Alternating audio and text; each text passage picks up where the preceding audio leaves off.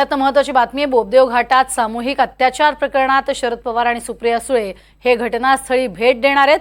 थोड्याच वेळात शरद पवार हे घटनास्थळी पोहोचणार आहेत। 300हून अधिक पोलीस कर्मचारी आरोपींच्या मागावर आहेत। तपासासाठी अन्य जिल्ह्यातील पोलीस अधिकाऱ्यांना सुद्धा पाचारण करण्यात आले, मात्र अजूनही एकाही आरोपीला ताब्यात घेतलेलं नाहीये। अधिक माहिती घेऊयात, रेवती हिंगवे आमची प्रतिनिधी सोबत आहे। रेवती, आता सुप्रिया सुळे आणि शरद पवार या ठिकाणी येणार असं कळतंय।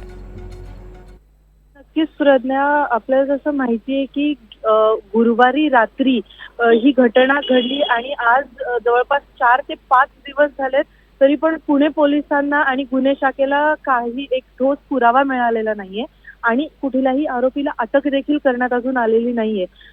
त्याच पार्श्वभूमीवरती आज सर्वपक्षीय आंदोलन देखील पुण्यात झालं होतं आणि आता थोड्याच वेळात शरद पवार आणि सुप्रिया सुळे हे देखील त्या घटनास्थळी जाऊन त्याची पाहणी करणार आहेत।